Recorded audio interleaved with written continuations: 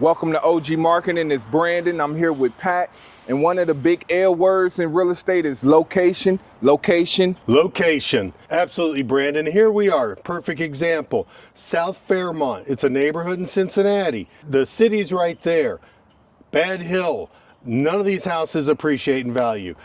Prove me wrong. I can buy this house right above Brandon for $11,000 today. It ain't worth $11,000. There's 5 houses on this street, only 2 or 3 inhabited, right? Correct. South Fairmount, you can buy this house, you can get it livable, you can get Section 8 in there. You are never going to get appreciation on this property.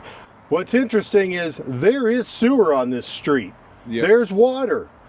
Why isn't this a redevelopment opportunity? The city has already provided sewer for multiple units, 20, 30 units on this street. Am I missing something?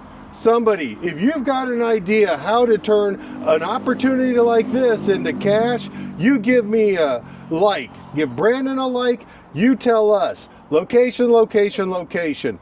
South Fairmount, city sewer, off street. To me, it looks like an opportunity.